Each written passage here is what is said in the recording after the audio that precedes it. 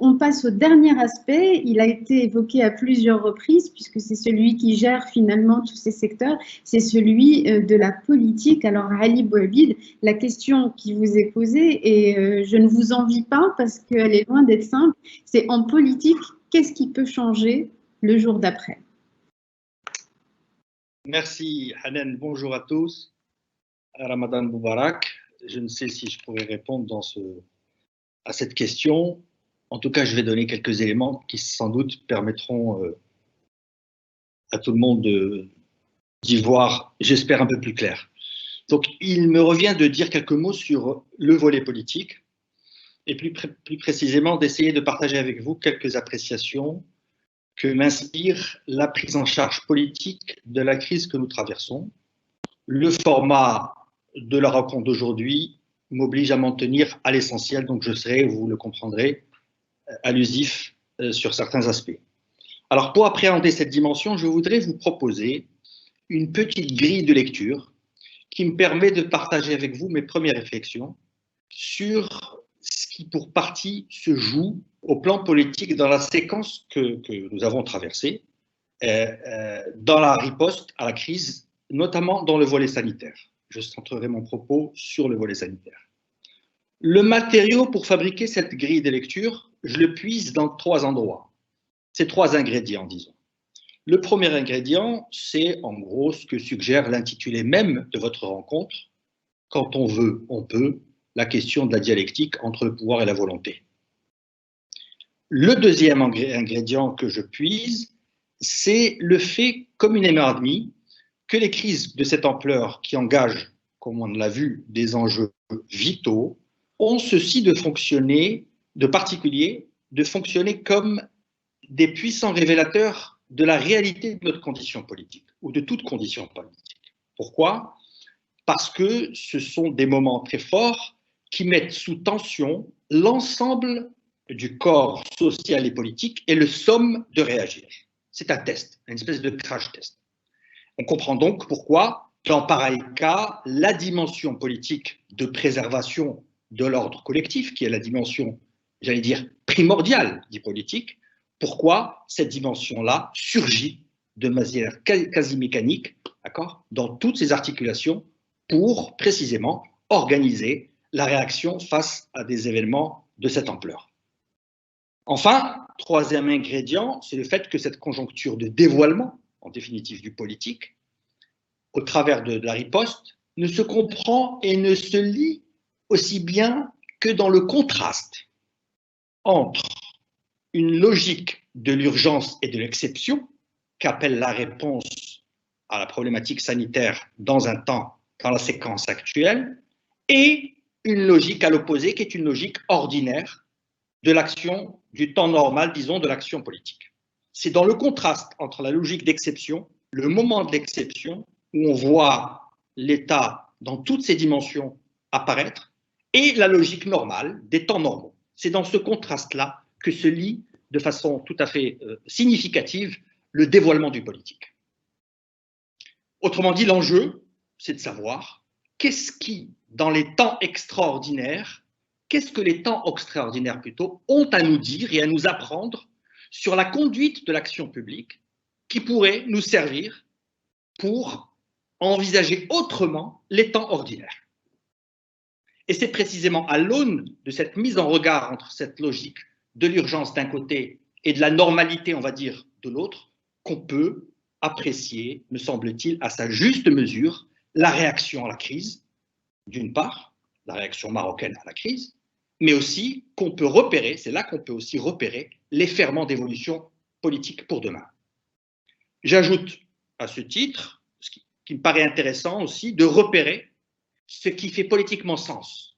Ce qui fait politiquement sens aussi bien en termes de renforcement de la communauté politique, c'est toute la question de l'unité nationale, le thème de l'unité nationale qui s'est joué dans la séquence qu'on a connue, ou qu'on connaît encore aujourd'hui, et en même temps, ce qui fait sens en termes politiques, mais en termes d'efficacité de la décision publique. Donc c'est la politique, comment dire, comme disent les anglo-saxons, policies and politics, dans les deux sens du terme. Alors en partant de là, qu'est-ce qu'on peut dire à partir de cette grille? et quand on fait usage de cette grille, et très rapidement, on peut dire que dans le succès de la riposte marocaine, notamment sur le front sanitaire, et dans sa phase initiale, il y a en effet, de manière incontestable, des motifs de réconfort et de soulagement qui méritent d'être soulignés.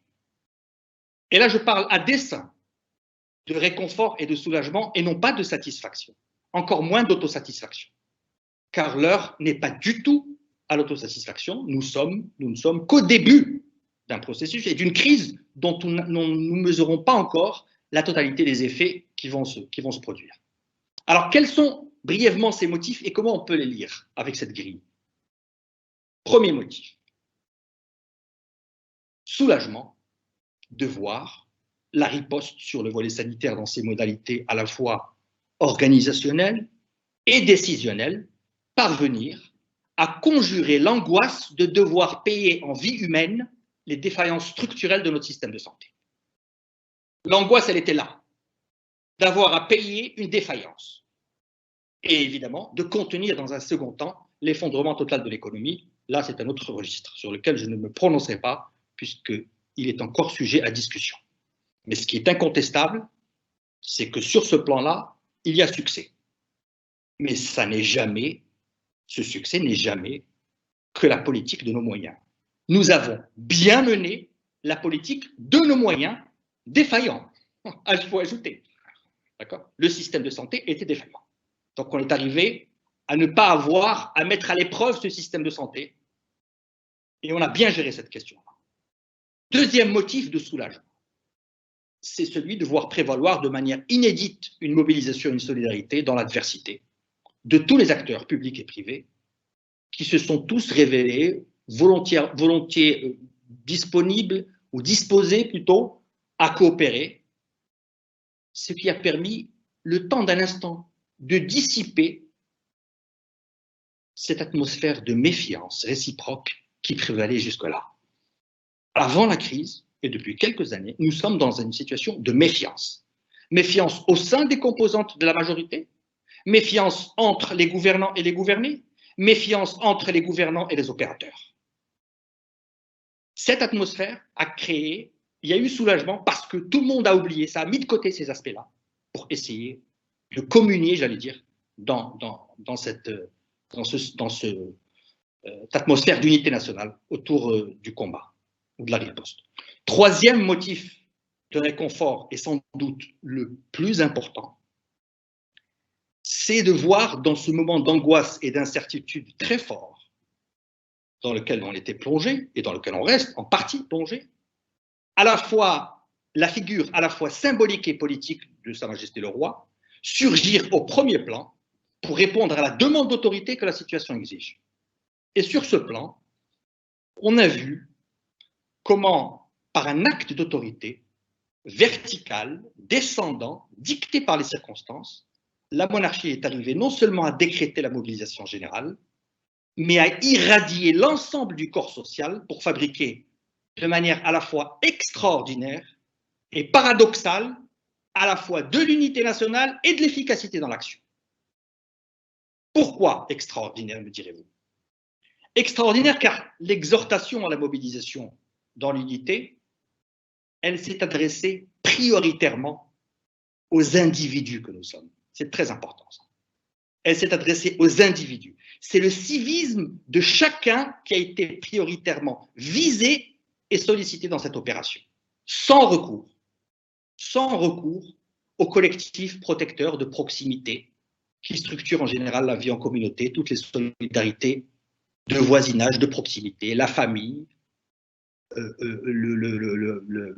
les mosquées, le voisinage, toutes ces formes de solidarité horizontale ont été d'une certaine manière suspendues de facto à cause de l'urgence sanitaire et de la distanciation sociale. Il y a eu quelque chose qui s'est passé, qui est assez extraordinaire, qui est cette relation verticale et directe, sans filtre. D'une certaine manière, tout s'est passé comme si cette impulsion royale verticale de la décision, à cette impulsion avait répondu en écho et de manière directe et sans filtre un raffermissement des liens horizontaux constitutifs de la nation, sans autre filtre. Autrement dit, pour faire simple, dans pareilles circonstances, nous avons été plus marocains que toute autre chose. Ce qui a prévalu, c'était l'appartenance à la nation, sur toute autre considération familiale, de voisinage ou toute autre, j'allais dire même identité. Extraordinaire, j'ai dit, mais aussi paradoxal, au sens où nous en sommes, où dans cette épreuve, il nous est demandé, finalement, et pendant le Ramadan, ce qui n'est pas anodin, de faire corps, de faire un, tout en étant éloignés physiquement les uns des autres. C'est quand même extrêmement paradoxal. Généralement, quand on fait corps, on peut se voir, il y a j'allais dire, la chaleur, ce dont parlait Driss tout à l'heure, de l'entre-soi, ou de l'altérité avec l'autre. Là, on nous demande de faire corps, mais de manière quasi individuelle. Il est là, je pense, enfin, c'est l'une des caractéristiques extrêmement originales de cette période, mais en même temps paradoxale, et on voit le paradoxe. Ça, c'est le volet unité. Le volet, s'agissant du volet relatif à l'efficacité de l'action dans la riposte, qu'est-ce qui frappe? Ce qui frappe, c'est deux choses. C'est la juste appréciation des enjeux, je parle toujours évidemment de la riposte au niveau sanitaire, la juste appréciation des enjeux, et d'autre part la célérité dans la décision. C'est clair. Qu'il s'agisse de mesures préventives, ça a été dit, de sensibilisation ou même des mesures coercitives, des mesures de compensation en matière sociale, tout ça a été géré de manière très intelligente, plutôt intelligente, dans cette première phase. Le mécano décisionnel a bien marché. De l'avis même des ministres, et c'est intéressant de le relever, deux ministres ont dit, le ministre de la Santé et le ministre des Finances ont fait deux observations très particulières, et je crois qu'ils ne croyaient pas si bien dire en le disant, parce que c'est extrêmement révélateur de notre situation et du décalage idéologique dont je parlais tout à l'heure. Le ministre de la Santé, il dit, le 14 avril, il impute l'efficacité du dispositif à la mise en place d'une unité de commandement et de la décision. C'est un ministre qui parle.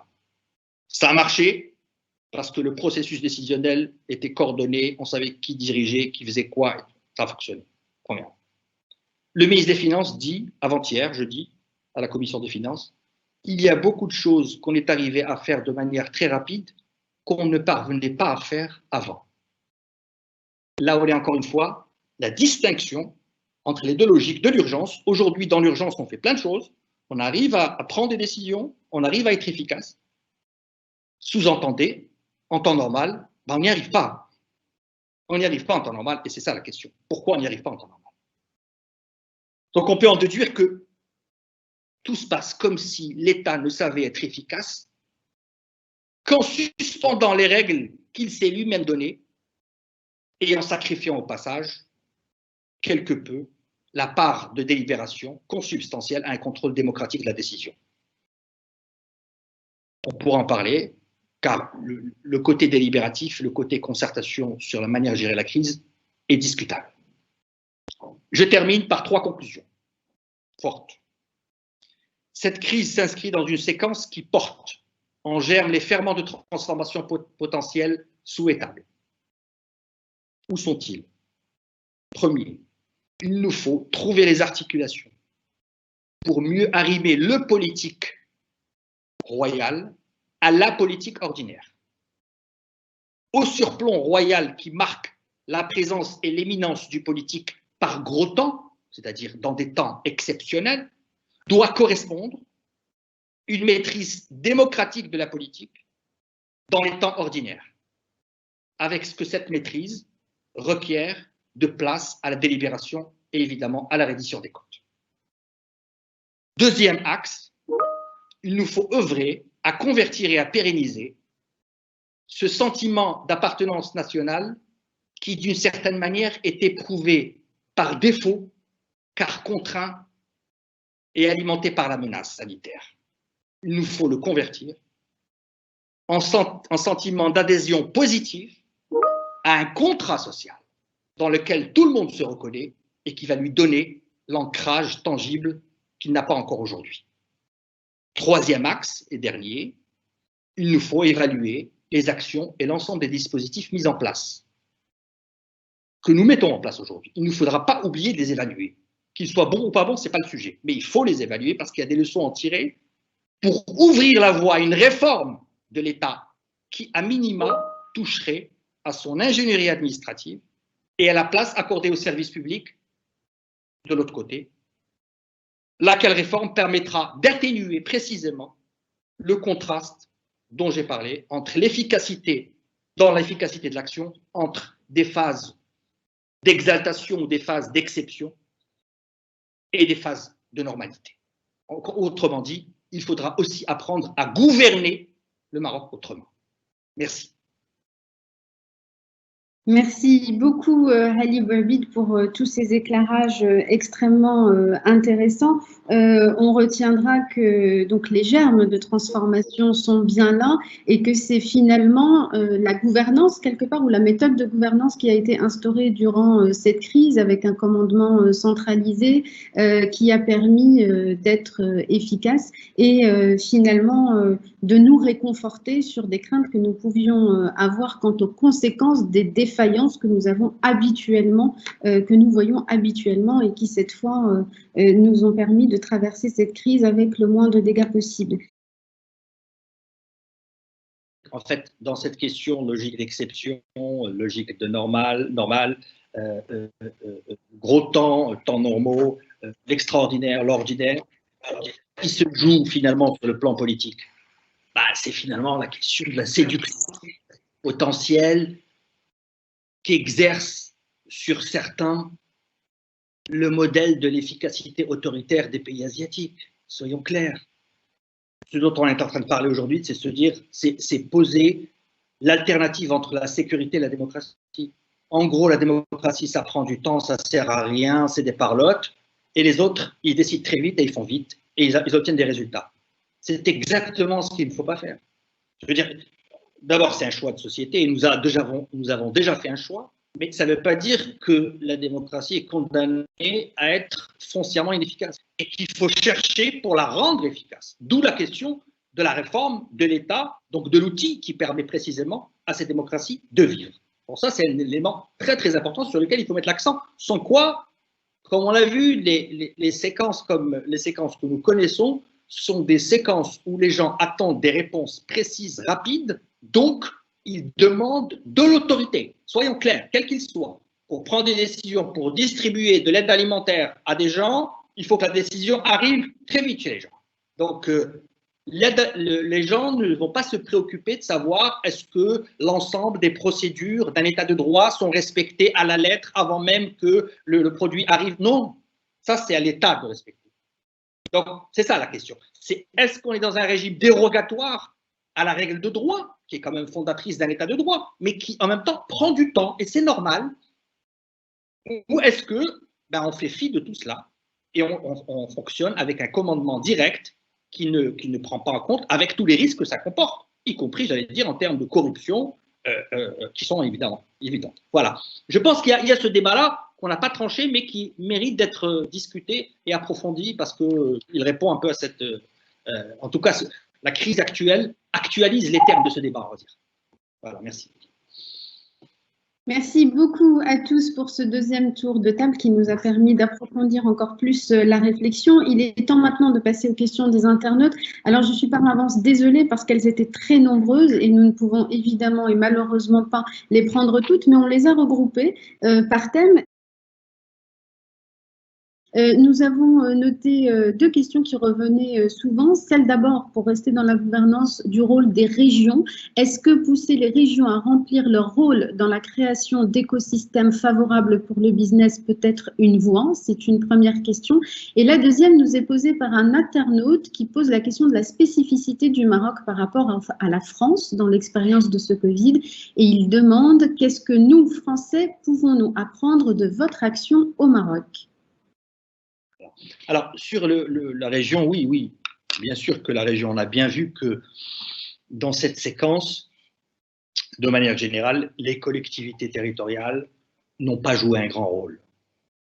Elles ont été utilisées pour simplement donner des rallonges budgétaires, mais elles n'ont pas joué un rôle proactif, même actif, elles n'ont pas beaucoup proposé, elles ont été relativement mises de côté, même si pour certaines, on a utilisé leurs fonds pour faire un certain nombre de choses, ce qui n'est pas en soi anormal, sauf si bien sûr, dans le cas où il y aurait eu une délibération, je pense que ça aurait été beaucoup plus...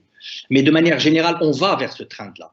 Le Maroc a fait des choix stratégiques qui consistent en gros, faire le pari d'un déplacement du centre de gravité décisionnel public au niveau de l'État, du central vers les régionales. C'est ce qu'on appelle la déconcentration.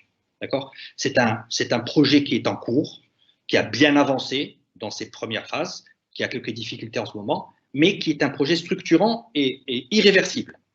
Donc cette orientation, on va vers cette orientation. Moi, je suis très, très optimiste là-dessus. Je pense qu'effectivement, c'est une voie de sortie pour améliorer l'efficacité de l'État et donc le rendement des politiques publiques et donc les services, les prestations de services qui sont rendues aux citoyens. Voilà.